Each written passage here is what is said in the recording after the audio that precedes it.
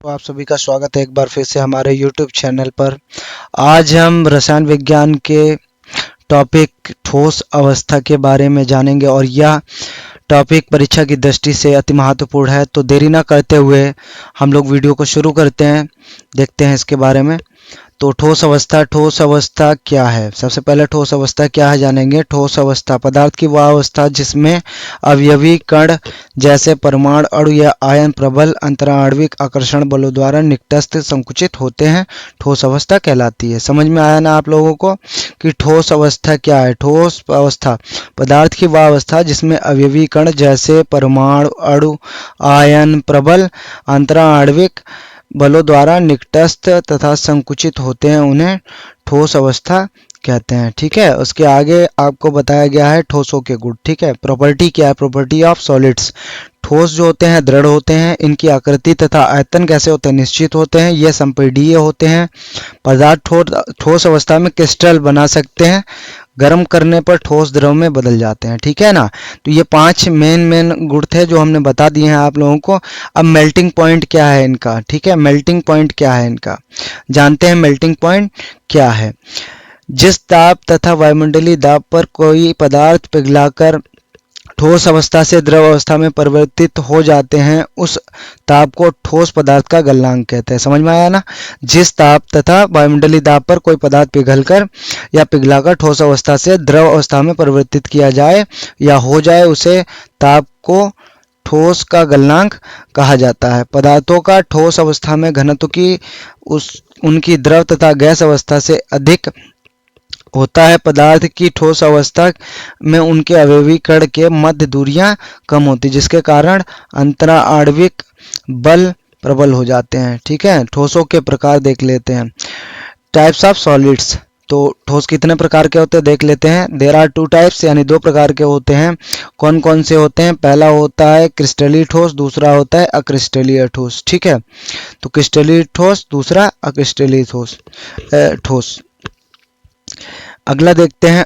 Main important कुछ बता रहे हैं आपको इसमें। ठोसों को उनके अवयवी कणों की अवस्था में उपस्थित क्रम के आधार पर क्रिस्टलीय तथा अक्रिस्टलीय ठोसों में वर्गीकृत किया गया है। सबसे पहले समझ गए ना आप लोग? तो क्रिस्टलीय ठोस क्या है जान लेते हैं फटाफट। वे ठोस पदार्थ जिनके अवयवी कण त्रिविम में एक निश्चित ज्यामिति में व्यवस्थित होते हैं, अर्थात हम कह सकते हैं जिनमें अवयवी कणों की दीर्घ परास व्यवस्था पाई जाती है, क्रिस्टलीय ठोस कहलाती है। क्रिस्टलीय ठोस ही वास्तविक ठोस होता है। एग्जाम्पल तौर पे हम कह सकते हैं NaCl, NaSO4, ठीक है, या फिर शक्कर आदि। अब समझते हैं इसके अंदर क्या होता है। इनके गलनांक निश्चित होते हैं, इनकी त्रिविम संरचना बाह्य बलों के प्रभाव में विकृत नहीं होती है और ये विषम दैशिक प्रकृति के होते हैं, अर्थात इनके भौतिक गुण जैसे ऊष्मीय चालकता, वैद्युत चालकता, कठोरता तथा अपवर्तनांक आदि के माप की विभिन्न दशाओं में भिन्न भिन्न होते हैं। विषम दैशिकता क्या होती है जान लेते हैं। विषम दैशिकता है, तो विषम दैशिकता है क्या? जिन पदार्थों के भौतिक गुण जैसे ऊष्मीय चालकता, वैद्युत चालकता, कठोरता तथा अपवर्तनांक आदि के माप की विभिन्न दशाओं में भिन्न भिन्न होते हैं, विषम दैशिक कहलाते हैं तथा इस गुण को विषम दैशिकता कहते हैं। समझ में आ रहा ना? माप की विभिन्न दशाओं में जो भिन्न भिन्न होते हैं उसे विभिन्न दैशिक कहते हैं और इनके गुण को क्या कहते हैं? विषम दैशिकता कहते हैं। अब आगे आता है 2 नंबर पे हमारा अक्रिस्टलीय ठोस। वे ठोस पदार्थ जिनकी अवयवी कण त्रिविम में एक अनिश्चित ज्यामिति में व्यवस्थित होते हैं, अर्थात जिनमें अवयवी कणों की लघु परास व्यवस्था पाई जाती है, अक्रिस्टलीय ठोस कहलाते हैं। ठीक है, इसमें क्या हो? लघु परास व्यवस्था पाई जाती है, इसलिए इनको अक्रिस्टलीय ठोस कहते हैं। एग्जाम्पल के तौर पे हम कह सकते हैं कांच, प्लास्टिक, रबड़, रेजिन आदि इनके कणों की अव्यवस्था द्रव के कणों की समान होती है। अतिशीतित द्रव क्या है? सुपर कोल्ड लिक्विड क्या है? जिन पदार्थों के कणों की अव्यवस्था द्रव के कणों के समान होती है, उन्हें अतिशीतित द्रव कहते हैं। ठीक है, या फिर कह सकते हैं कांच में द्रवों की सदर्श प्रवाह की प्रवृत्ति होती है, यद्यपि यह बहुत मंद होती है, इसी कारण इसे अतिशीतित द्रव कहते हैं। आगे देखते हैं इसमें फटाफट। पुराने मकानों की खिड़कियों पर लगे कांच नीचे से मोटे तथा दूधिया होते हैं। इसका कारण यह है कि गुरुत्वाकर्षण के प्रभाव में कांच बहुत ही मंद गति से नीचे की ओर बहने लगता है, इससे कांच या शीशे नीचे की ओर मोटे हो जाते हैं। इंपॉर्टेंट चीज देख लेते हैं थोड़ी सी। अक्रिस्टलीय ठोस समदैशिक प्रकृति के होते हैं, अर्थात इनके भौतिक गुणों जैसे उसमें चालकता, वैद्युत चालकता, कठोरता तथा अपवर्तनांक आदि के मान की विभिन्न दशाओं में भिन्न भिन्न नहीं होते हैं, अर्थात एक समान रहते हैं। आप सभी को समझ में आ रहा होगा अच्छे से, आशा करता हूँ आप सभी को समझ में आ रहा हो तो कमेंट करते रहें, जिससे कोई भी समस्या हो तो हम तुरंत आपको बता सकें। समदैशिकता क्या है, आगे जानते हैं। समदैशिकता जिन पदार्थों के भौतिक गुण जैसे ऊष्मीय चालकता, कठोरता तथा वैद्युत चालकता व अपवर्तनांक के मान माप की विभिन्न दशाओं में एक समान रहते हैं, समदैशिक कहलाते हैं तथा इनके जो गुण होते हैं समदैशिकता कहलाते हैं। अच्छा, एग्जाम्पल देख लेते हैं फटाफट। कांच को प्रवाह एवं अपवर्तनांक के मान वही रहते हैं भले ही किसी भी दिशा में मापन किया जाए, अतः कांच को समदैशिक कहा जा सकता है। समदैशिकता के कारण क्या हो सकते हैं? अक्रिस्टलीय ठोस में अवयवी कणों में कोई निश्चित व्यवस्था नहीं होती है, बल्कि ये अव्यवस्थित होते हैं, इसलिए अपवर्तनांक ज्ञात करने में प्रकाश की किरणें प्रत्येक दिशा में दोनों ही प्रकार के कणों से प्रभावित होती हैं, इसलिए इनके भौतिक गुण समान होते हैं। समझ गए ना आप सभी लोग? अक्रिस्टलीय ठोसों के प्रमुख गुण क्या होते हैं, फटाफट जान लेते, बहुत ही इंपॉर्टेंट है अक्रिस्टलीय ठोसों के प्रमुख गुण। पहला क्या होता है, इनके अवयवी कणों की आंतरिक व्यवस्था में कोई नियमितता नहीं होती है, ठीक है। दूसरा क्या होता है इसमें, अक्रिस्टलीय ठोसों के बाह्य रूप में भी कोई नियमितता नहीं होती है। तीसरा क्या होता है, ठोसों के गलनांक निश्चित नहीं होते हैं, समझ रहे हैं ना आप लोग। चौथा जो होता है, इनको तोड़ने पर ये अनियमित रूप से टूटते हैं। पांचवा, जब अक्रिस्टलीय ठोसों को गर्म करके धीरे धीरे ठंडा किया जाता है तो वो क्रिस्टलीय ठोस में परिवर्तित हो जाते हैं। इस कारण प्राचीन काल की वस्तुएं दूधिया दिखाई देती थीं। अब इनके उपयोग क्या है क्रिस्टलीय ठोसों के, तो जान लेते हैं इसको भी। क्रिस्टलीय ठोसों के उपयोग, प्लास्टिक, जैसा ही पहले प्लास्टिक का उपयोग घरेलू उपकरण बनाने में किया जाता है। दूसरा, रबर भी क्रिस्टलीय ठोस है, अभी हमने बताया था ऊपर, रबर भी क्रिस्टलीय ठोस है जिसका उपयोग टायर, ट्यूब आदि बनाने में किया जाता है। क्रिस्टलीय ठोस अकार्बनिक कांच होते हैं, इसका उपयोग घरेलू एवं प्रयोगशाला के उपकरण बनाने में किया जाता है। क्रिस्टलीय ठोस सूर्य के प्रकाश का वैद्युत में रूपांतरण करने के लिए उपलब्ध श्रेष्ठतम प्रकाश वोल्टीय पदार्थ है, समझ रहे हैं। अब आगे देख लेते हैं, गुण देख लेते हैं, क्रिस्टलीय अक्रिस्टलीय जान लेते हैं, ठीक है। सबसे पहले नंबर पे ज्यामिति जानेंगे, ज्यामिति गुण है। क्रिस्टलीय क्या है, अक्रिस्टलीय क्या है। इसमें ज्यामित, इसमें जो क्रिस्टलीय होगा निश्चित ज्यामित तथा असंपीडीय होगा। आगे अक्रिस्टलीय में क्या होगा, अनिश्चित ज्यामित तथा संपीडीय होगा, समझ गए। दूसरे नंबर पे आता है अंतराण्विक व्यवस्था, ये निश्चित एवं नियमित होते हैं क्रिस्टलीय में, अक्रिस्टलीय में अनिश्चित एवं अनियमित होते हैं। अब गलनांक कैसा होता है, निश्चित होता है क्रिस्टलीय में और अक्रिस्टलीय में अनिश्चित।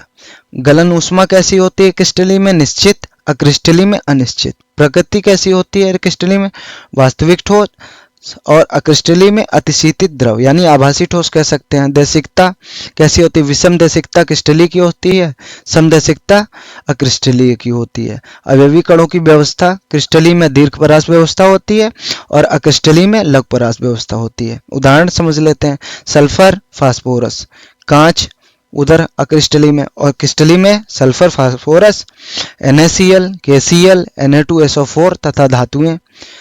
अक्रिस्टलीय में कांच, रबर, प्लास्टिक, रेजिन तथा SI, ठीक है ना। क्रिस्टलीय ठोसों का वर्गीकरण जान लेते हैं आगे। तो वर्गीकरण जो है अंतराण्विक बलों की प्रकृति के आधार पर इन्हें 4 भागों में बांटा गया। पहला सहसंयोजक या नेटवर्क ठोस जिसे कहते हैं, दूसरा आयनिक ठोस, तीसरा आणविक ठोस, चौथा धात्विक ठोस, ठीक है। तो सहसंयोजक या नेटवर्क ठोस या कह सकते हैं जालक ठोस, समझ रहा है ना, तीनों नाम समझ लीजिएगा अच्छे से, सहसंयोजक या नेटवर्क या जालक ठोस, चीज एक ही है, सिर्फ समझ लेते हैं क्या होता है। इनके अवयवी कण परमाणु होते हैं, ये परमाणु एक दूसरे से प्रबल सहसंयोजक बंधों द्वारा जुड़े होते हैं तथा इस प्रकार एक विशाल जाल बनाते हैं। इन जालों की इकाइयां एक ही तत्व के परमाणु होते हैं, समझ रहे हैं। उसके आगे, चूंकि ये प्रबल तथा दिशात्मक होते हैं इसलिए ये अत्यधिक कठोर एवं भंगुर होते हैं। इनके गलनांक तथा गलन एंथैल्पी का मान उच्च होता है, ये गलनांक से पूर्व अपघटित हो जाते हैं तथा सामान्यतः विद्युत के कुचालक होते हैं। आगे जान लेते हैं, हीरा, ग्रेफाइट, सिलिकॉन, सिलिकॉन कार्बाइड, काला फास्फोरस आदि इसके उदाहरण है, समझ रहे हैं ना। जो उदाहरण है हीरा, ग्रेफाइट, सिलिकॉन, सिलिकॉन कार्बाइड, काला फास्फोरस आदि। अपवाद इसके बारे में क्या क्या है? ग्रेफाइट मुलायम तथा वैद्युत के सुचालक होते हैं। ग्रेफाइट का यह गुण उसकी परतीय संरचना के कारण होता है। पूछा जा सकता है कि अपवाद इसका क्या है, तो आप अपवाद में लिख देंगे ग्रेफाइट मुलायम तथा वैद्युत सुचालक होते हैं। ग्रेफाइट का यह गुण उसकी परतीय संरचना के कारण होता है। अब क्वेश्चन समझ लेते हैं इसके आगे क्या क्वेश्चन बन सकता है। कारण बताइए कि हीरा वैद्युत कुचालक तथा ग्रेफाइट वैद्युत के सुचालक होते हैं तथा हीरा कठोर व ग्रेफाइट मुलायम होते हैं। क्यों भाई? कारण पूछ रहा है ना, तो हम कारण भी बताएंगे आगे। अभी ऊपर बता के आए हैं, आपको पढ़ा के आए हैं, तो समझ लेते हैं एक बार इसका आंसर क्या होगा। हीरे में प्रत्येक कार्बन परमाणु sp3 संकरित अवस्था में 4 अन्य निकटवर्ती कार्बन परमाणु से चतुष्फलकीय जामिति से जुड़ा होता है। कितने फलकीय होता है? चतुष्फलकीय जामिति से जुड़ा होता है। जबकि ग्रेफाइट का प्रत्येक कार्बन परमाणु जो होता है sp2 संकरित अवस्था में अन्य 3 निकटवर्ती कार्बन परमाणु से जुड़ा रहता है तथा इसका चौथा इलेक्ट्रॉन दो भिन्न भिन्न परतों के बीच उपस्थित होता है। भिन्न भिन्न परतों के बीच उपस्थित रहता है या होता है तथा यह इलेक्ट्रॉन गतिशील अवस्था में रहता है जो वैद्युत धारा संचरण के लिए उत्तरदायी होता है। चूंकि ग्रेफाइट की षटकोणीय परतें एक दूसरे पर खिसक सकती हैं, अतः यह ठोस स्नेहद्रक के रूप में कार्य करता है। किसके रूप में? स्नेहद्रक के रूप में कार्य करता है। आयनिक ठोस क्या है जानते हैं? इन ठोसों की संरचनात्मक इकाइयां धनात्मक एवं ऋणात्मक आयन होती हैं। ये आपस में प्रबल कुलामी आकर्षण बलों के कारण ऐसे ठोसों का निर्माण होता है। इनमें प्रत्येक आयन विपरीत आवेशित आयनों की एक निश्चित संख्या द्वारा घिरा रहता है। यह संख्या R+/RI कह सकते हैं, R+ या RI भाई ऋणावेशित और धनावेशित अनुपात से ज्ञात की जाती है। इनके गलनांक व क्वथनांक उच्च होते हैं। कैसे होते हैं? गलनांक और क्वथनांक इनके उच्च होंगे। ये कठोर एवं भंगुर प्रकृति के होते हैं। ठोस अवस्था में इनमें आयन नहीं करते हैं, गमन नहीं करते हैं, जिसके कारण ये विद्युत कुचालक होते हैं। परंतु गलित अवस्था या जालीय विलयनों में इनके आयन गमन करते हैं, जिसके कारण ये विद्युत के सुचालक होते हैं। ये जल तथा अन्य ध्रुवीय विलायकों में विलेय व अध्रुवीय विलायकों में अविलेय होते हैं। उदाहरण समझ लेते हैं। उदाहरण कौन कौन से हो सकते हैं? NaCl में Na+ है और Cl- है, यानी कि जो सोडियम आपका है वो धनायन है और Cl जो है आपका ऋणायन से घिरा हुआ है। वह Cl ऋणायन और सोडियम आपका धनायन से घिरा होता है। आप अच्छे से समझ पा रहे होंगे। अब आगे जान लेते हैं कि क्रिस्टल का प्रकार, संरचनात्मक इकाई, सहसंयोजक बल, गुण और उदाहरण कौन कौन से होंगे। तो आणविक क्रिस्टल जो सबसे पहले नंबर पे दिया है, जो संरचनात्मक इकाई होगी, अणु 3D जालक में व्यवस्थित होते हैं। आणविक क्रिस्टल में संरचनात्मक इकाई कैसी होगी? 3D जालक में व्यवस्थित होगी। और सहसंयोजक बल कैसा होगा? दुर्बल वांडर वाल्स बल होगा। और गुण कैसा होगा? मृदु, कम गलनांक, वाष्पशील ऊष्मा तथा विद्युत के कुचालक, कम गलन ऊष्मा वाला। ठीक है। और उदाहरण के तौर पे हम क्या कह सकते हैं? बहुत ही अच्छा उदाहरण है शुष्क बर्फ। ठीक है। ठोस CO2, बर्फ आयोडीन, ठोस मीथेन, आर्गन, ये आपके उदाहरण हो सकते हैं। अब आगे जान लेते हैं कि आयनिक क्रिस्टल में गुण कैसा होगा। तो संरचनात्मक इकाई कैसी होगी, गुण कैसा होगा, सहसंयोजक बल कैसा होगा। तो पहले इकाई जान लेते हैं। धनायन व ऋणायन एक त्रिआयामी जालक में व्यवस्थित होंगे इकाई में। और इसके आगे जो आगे बताया गया है, प्रबल विद्युत स्थैतिक बल। और जो गुण होगा, कठोर, भंगुर, उच्च गलनांक, उच्च गलन ऊष्मा, विद्युत तथा ऊष्मा के दुर्बल चालक के बराबर। उदाहरण कौन कौन से होंगे? NaCl, KCl, ZnS, AgI, LiF, BSO4 आदि लवण जो होंगे वो आएंगे। सहसंयोजी क्रिस्टल इकाई क्या होगी, संरचना क्या होगी, गुण क्या होंगे, उदाहरण कौन कौन से होंगे सहसंयोजी क्रिस्टल के, समझते हैं। एक या अधिक प्रकार के परमाणु एक त्रिआयामी जालक में परस्पर संसंयोजी बंधों द्वारा जुड़े होंगे। आगे अत्यंत प्रबल संयोजकता बंध बल लगेगा इसमें। अत्यंत कठोर, गुण क्या होगा? अत्यंत कठोर, उच्च गलनांक वाला, उच्च गलन ऊष्मा, विद्युत तथा ऊष्मा के दुर्बल चालक का होगा। अच्छा, उदाहरण कौन कौन सा हो सकता है? Diamond, silicon dioxide, quartz. ठीक है। आगे देखते हैं धात्विक क्रिस्टल। इकाई क्या होगी इसकी? गतिशील इलेक्ट्रॉन के सागर में स्थित धनात्मक आयन। आगे उसमें गुण कौन सा होगा समझते हैं। सबसे पहले जान लेते हैं इसमें कौन सी प्रक्रियाएं होंगी। विद्युत आकर्षण होगा ही होगा। अच्छा, गुण कौन कौन सा होगा? अत्यंत मृदु से अत्यंत कठोर, मध्यम गलन, ऊष्मा, विद्युत तथा ऊष्मा के सुचालक, ठीक है ना। आघातवर्धनीय, धात्विक चमक युक्त होगा। उदाहरण कौन कौन से हो सकते हैं? सभी धातु जैसे MgFe, ठीक है ना, मिश्र धातु आदि। आगे क्वेश्चन जो बन रहा है, क्वेश्चन जान लेते हैं छोटा सा। उपस्थित अंतराण्विक बलों की प्रकृति के आधार पर निम्नलिखित ठोसों का विभिन्न समवर्गों में वर्गीकृत कीजिए। पहला दिया हुआ है पोटेशियम सल्फेट K2SO4 दिया हुआ है आपके सामने, तो कैसा होगा? आयनिक ठोस होगा, बहुत आराम से आप पहचान सकते हैं। टिन SN दिया है, धात्विक ठोस होगा। आर्गन दिया है, एयर, आणविक ठोस होगा। ग्रेफाइट सहसंयोजी ठोस होगा। जिंक सल्फाइड ZnS आयनिक ठोस होगा। सिलिकॉन सहसंयोजी ठोस होगा। रुबिडियम Rb धात्विक ठोस होगा। बेंजीन C6H6 आणविक ठोस होगा। यूरिया NH2CO आणविक ठोस होगा। जल H2O आणविक ठोस होगा। अमोनिया आणविक ठोस होगा, ठीक है। आगे एक कोष्टिका की विमा संबंधी गणना क्या हो सकती है भाई? क्या हो सकती है? नीटा जो दिया है ना, एक एक कोष्टिका का घनत्व है। जेड जो है एक एक कोष्टिकाओं में परमाणुओं की संख्या दिया है। एम बराबर आपको अणुभार दिया है। Na अवोगाद्रो संख्या दी है 6.022 मल्टीप्लाई 10⁻23 होता है, ठीक है ना। आपको दिखाई दे रहा होगा Zm/A3Na दिख रहा है ना। आप इसको नोट कर लीजिएगा, बहुत ही इंपॉर्टेंट है। आयनिक क्रिस्टलों का त्रिज्या अनुपात क्या होगा? RR बराबर क्या? धनात्मक त्रिज्या बटे ऋणात्मक की त्रिज्या। धनात्मक की त्रिज्या बटे ऋणात्मक की त्रिज्या। R प्लस भाई धनात्मक होता है, R माइनस ऋणात्मक होता है। बहुत अच्छे से समझते चलिएगा। कुछ उप संयोजक संख्याओं के लिए सीमांत त्रिज्या अनुपात समझ लेते हैं। उप संयोजक संख्या, ठीक है, आकृति, सीमांत त्रिज्या अनुपात, उदाहरण भी समझ लेंगे। तो पहला जो 3 उप संयोजक संख्या 3, ठीक है ना, समतलीय त्रिकोणीय आकृति होगी। सीमांत त्रिज्या जो होगी उसकी 0.155 धनात्मक से लेकर 0.225 तक ऋणात्मक तक होगी। 0.155 धनात्मक से लेकर 0.225 ऋणात्मक तक होगी। उदाहरण B2O3, Bn। अच्छा, उप संयोजक 4 हो तो चतुष्फलकीय होगा। 0.225 से लेकर 0.414 तक ZnS ZnO उदाहरण हो सकता है। 6 दिया है उप संयोजक संख्या, तो अष्टफलकीय होगा, ठीक है। अच्छा, 0.414 से लेकर 0.732 इसका उदाहरण हो जाएगा NaCl KBr, ठीक है।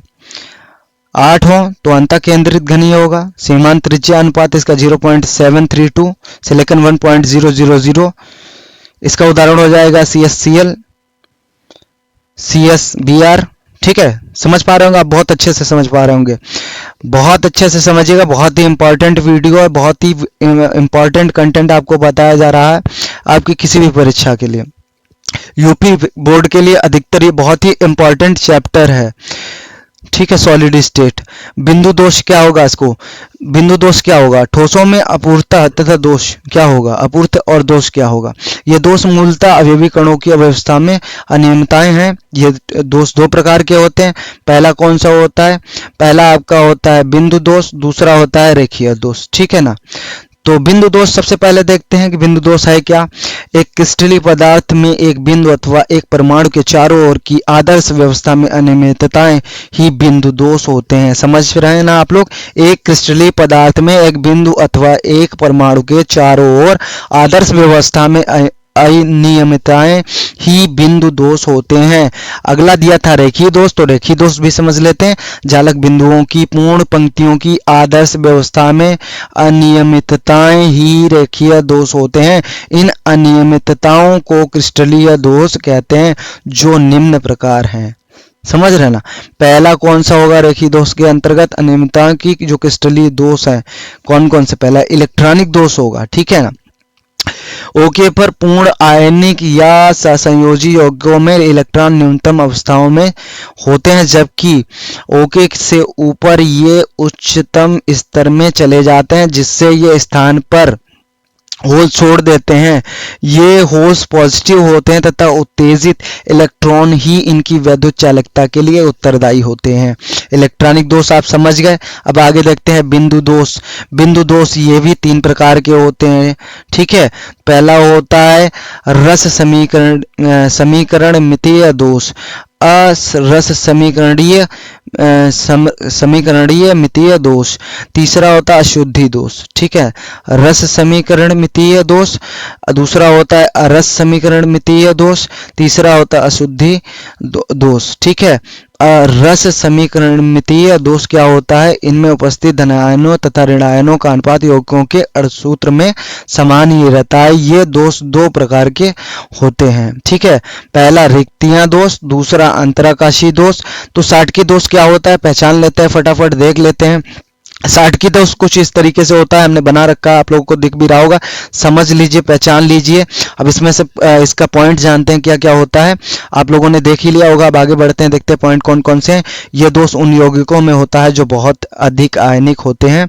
दूसरा, समन्वयक संख्या उच्च होती है। तीसरा, इनमें धनायनों व ऋणायनों का आकार लगभग समान होता है। चौथा, ये दोष पदार्थ के घनत्व को घटाते हैं, ठीक है। उदाहरण NaCl, KCl, AgBr, KBr आदि। साटकी की दोष में चालकता धनायन अथवा 2 आयनों के विपरीत दिशा में अधिगम चलने के कारण होता है। फ्रेंकल दोष जान लेते हैं कैसा होता है। फ्रेंकल दोष देख लीजिए बेटा, ऐसा होता है, ठीक है। आप कंटेंट जानते हैं क्या होता है आगे। पहला होता है ये दोष उन यौगिकों में होता है जो आयनिक यौगिकों में होता है। दूसरा, समन्वयक संख्या निम्न होती है। तीसरा, दोनों में अधिक अंतर होता है। चौथा, धनायन का आकार ऋणायन से छोटा होता है। पांचवा, धनायन चालक में निश्चित स्थान को छोड़कर रखा जाता है, अंतराकाश में चला जाता है जिससे, ठीक है। छठवां क्या है, फ्रेंकल दोष आसानी से होता है, उदाहरण के जरिए समझते हैं। AgCl, ZnS, AgBr, AgI आदि, ठीक है। अर्धचालकों में वैद्युत चालन क्या है, समझ लेते हैं फटाफट क्या होता है अर्धचालकों में वैद्युत चालन। अर्धचालकों में संयोजी बैंड एवं चालकता बैंड के मध्य ऊर्जा का अंतर कम होता है तथा ताप बढ़ने के अर्धचालकों में चालकता बढ़ती है, क्योंकि ताप वृद्धि से अधिक इलेक्ट्रॉन चालकता बैंड में चले जाते हैं। SI और CR जैसे पदार्थ इसी तरह व्यवहार प्रकट करते हैं, इसीलिए इन्हें नैज अर्धचालक कहते हैं, ठीक है। अब क्वेश्चन देख लेते हैं। अपमिश्रण तथा डोपिंग से आप क्या समझते हैं।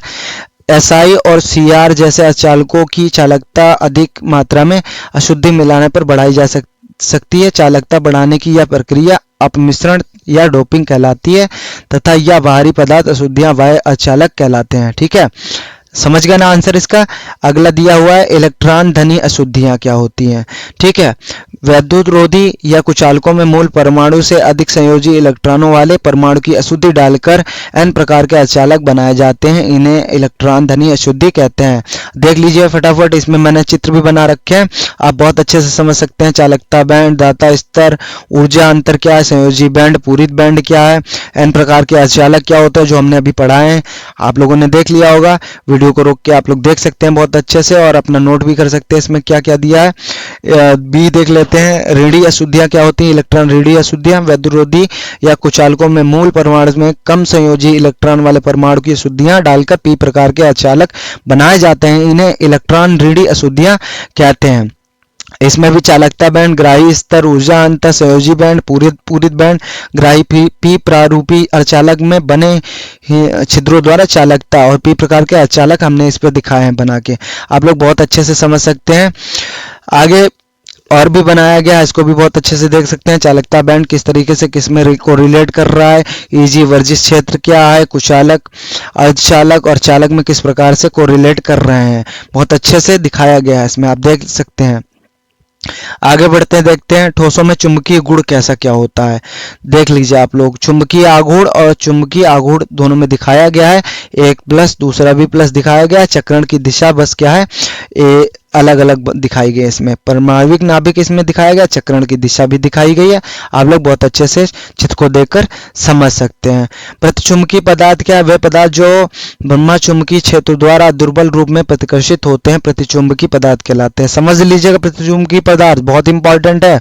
पदार्थ वे जो ब्रह्मचुंबकीय क्षेत्र द्वारा दुर्बल रूप से प्रतिकर्षित होते हैं प्रतिचुंबकीय पदार्थ कहलाते हैं तथा उनका यह यह गुण प्रतिचुंबकत्व कहलाता है। बहुत एक बार फिर से समझ लीजिएगा, ये एक जगह पे मिस्टेक हो गई है। बाह्य चुंबकीय क्षेत्र है वहां पर दिया हुआ, वह पदार्थ जो बाह्य चुंबकीय क्षेत्र द्वारा दुर्बल रूप में प्रतिकर्षित होते हैं प्रतिचुंबकीय पदार्थ कहलाते हैं तथा उनका यह गुण प्रतिचुंबकत्व कहलाता है। उदाहरण NaCl, Cu2O, V2O3, TiO2, Zn2+, यौगिक आदि। ठीक है। अनुचुंबकीय क्या होता है? वे पदार्थ जो चुंबकीय क्षेत्र में रखने पर दुर्बल रूप से आकर्षित होते हैं। वे पदार्थ जो चुंबकीय क्षेत्र में रखने पर दुर्बल रूप से आकर्षित होते हैं अनुचुंबकीय पदार्थ कहलाते हैं तथा इनका यह गुण अनुचुंबकत्व कहलाता है। ये पदार्थ बाह्य चुंबकीय क्षेत्र में आकर्षित होते हैं परंतु चुंबकीय क्षेत्र की अनुपस्थिति में ये अपना चुंबकत्व खो देते हैं। उदाहरण समझ सकते हैं, TiO2 होता है। लौह चुंबकीय पदार्थ क्या होते हैं देख लेते हैं। लौह चुंबकीय पदार्थ वे पदार्थ जो बाह्य चुंबकीय क्षेत्र द्वारा प्रबलता से आकर्षित होते हैं और बाह्य चुंबकीय क्षेत्र हटा लेने पर स्थायी चुंबकत्व प्रदर्शित करते हैं। ठीक है। इस वीडियो को देखकर आप सभी को बहुत अच्छे से समझ में आया होगा। इस वीडियो को ज़्यादा से ज़्यादा लाइक और शेयर करें।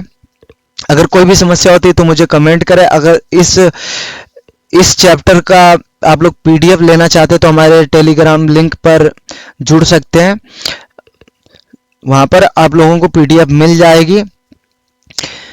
चैनल को लाइक, शेयर और सब्सक्राइब करें। धन्यवाद।